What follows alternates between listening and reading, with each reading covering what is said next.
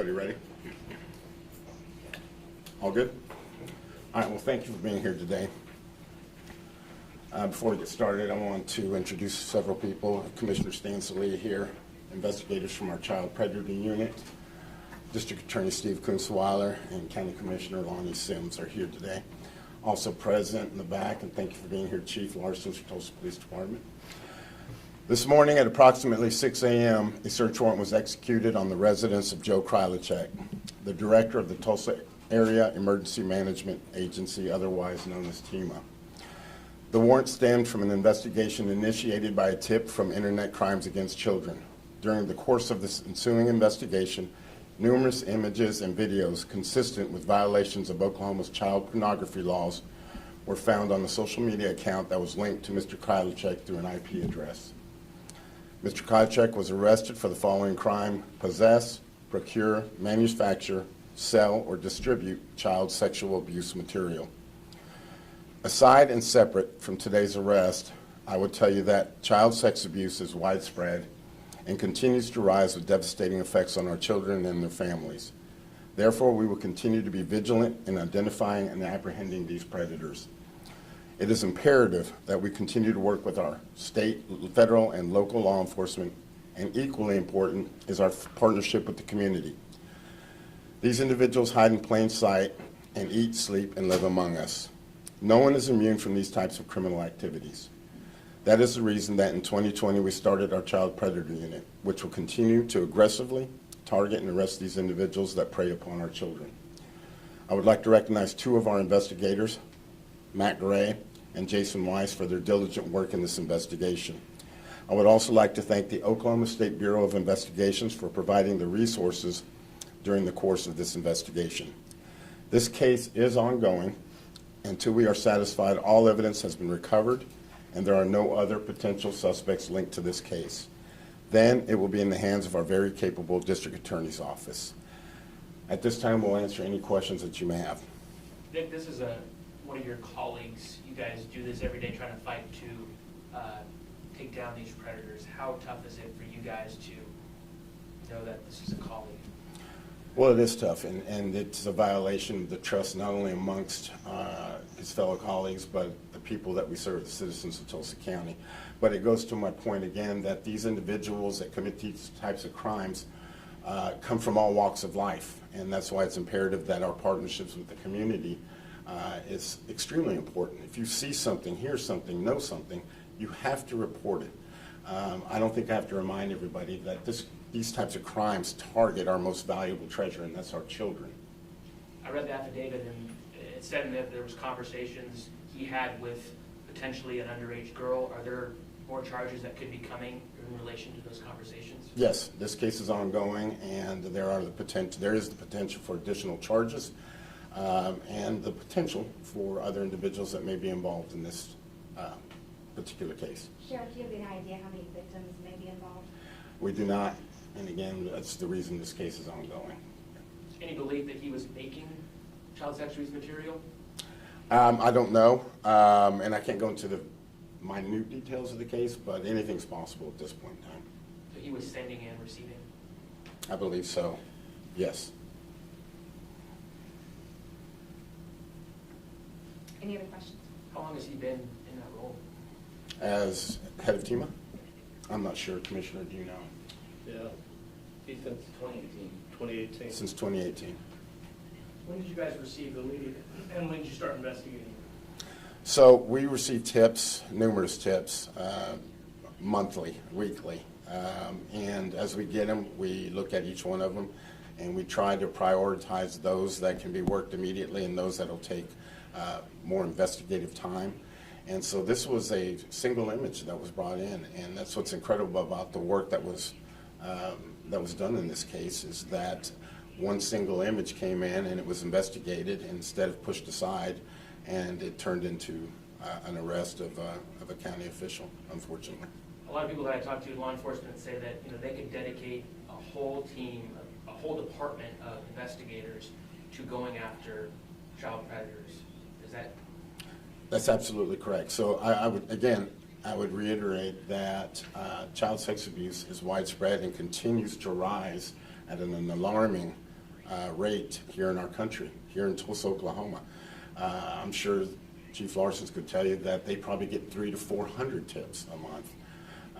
And we don't have the resources in which to aggressively go after each one of them.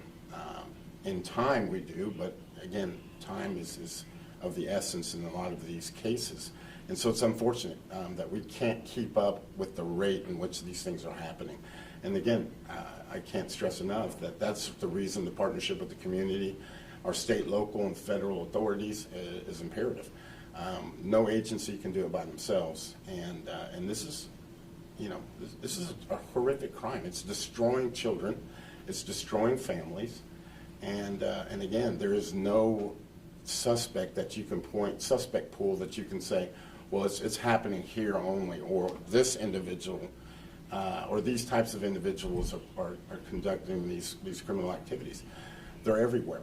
And again, but we will continue to stay vigilant, and I know I speak for the rest of law enforcement in Oklahoma. We will continue going after these individuals. Jeff, we've all interviewed him multiple times on multiple stories over the years. What was his reaction to being arrested this morning? Well, I wasn't there for the arrest. I'm sure one of our investigators who was can kind of give you a small bit of what his temperature was. He was shocked. They try and downplay everything on any type of arrest like this. Any type of initial contact when we're serving child exploitation search warrants, it's typically the same. And he decided to request an attorney. Hey Matt, quick question for you. Do you often see, these child sexual abuse material possession charges can escalate into acting on? 100%, 100%. And there's no rhyme or reason for us. It's sometimes we get it before it happens, and sometimes we don't know that they're hands-on until we download the software, download the electronics, and realize that they are hands-on. Just based off the affidavit, it shows that Kate actually reported that the account was showing the child pornography. Was there any other accounts or any other apps that also were a part of this as well too? Part of the investigation? We're not going to go into the very specifics. Okay. Yeah, this again is still ongoing, so we're looking into that stuff like that right now. And at this time, let me bring up, and I'm sorry I was remiss to forget, but District Attorney Steve Kunzweiler to give a quick statement. Sure. So I want to emphasize something right at the outset, as you all have heard me say this many times. We live in a great country, and this particular country is sought by so many different citizens around the world that they want to be a part of it because we have constitutional protections. And one of those protections is the presumption of innocence.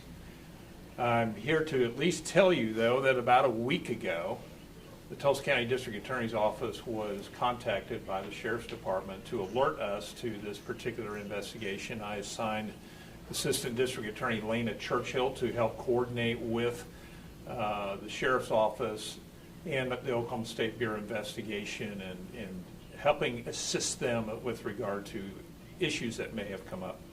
We have filed, as you may already know, we have filed this morning in Tulsa County case CF-2025-2866, a felony information alleging that the crime of possession of child pornography was allegedly committed by Joseph Kralichek. Under our law, Mr. Kralichek, like any other human being charged with a crime, enjoys that presumption of innocence, and that stays with him throughout this process. This is simply a charge, and it's up to the state of Oklahoma to put its case on in a courtroom, right? So while many people might say, well, we really want to know everything that's going on in this particular case, if we want true justice in this world, we have to be able to make sure that that comes forward in a courtroom. And so what we will be doing is presenting evidence in a courtroom, and he enjoys that presumption of innocence until and unless a judge or a jury determines otherwise. So we will move forward with this prosecution.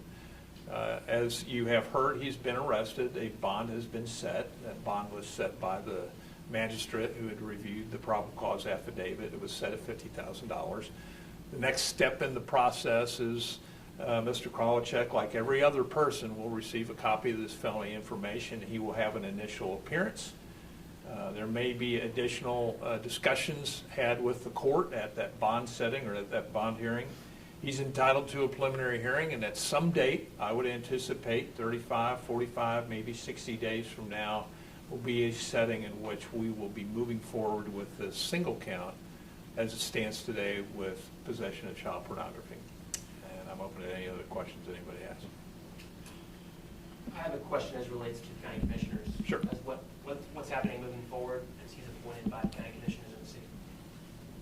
Yeah, great question. I think that's probably our top priority at this point is public safety. Reached out to the deputy director of TEMA just to make sure that organization, obviously they're responsible for a lot of things when it comes to emergency response within our community. Just make sure that they have all the resources that they need. I think I speak for the Board of County Commissioners that we're grateful for these public servants that we have here, Tulsa County Sheriff, our DA Kunzweiler, and the work they do in the community. That is our highest priority, is the safety and protection of this community, especially its most vulnerable. So we appreciate you being here today to get this information out. Again, I think District Attorney Kunzweiler said it. He is innocent until proven guilty. But for us, the business of taking care of this county goes on, so we'll just make sure that TEMA is staffed and has the resources that it needs. Thank you. Is it possible that any of this happened at the workplace? And if it did, is there additional charges that would be placed? Again, it's information that we're going to go ahead and keep to ourselves for obvious reasons, but as the investigation continues, obviously there's nothing that is impossible in terms of additional evidence and or information. Any other questions? Thank you guys for coming. Thank you.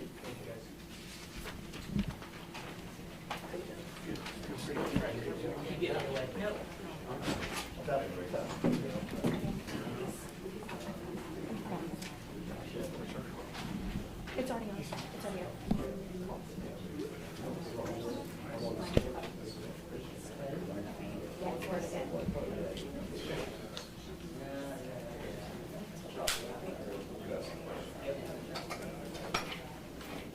Is there anybody that doesn't have the affidavit?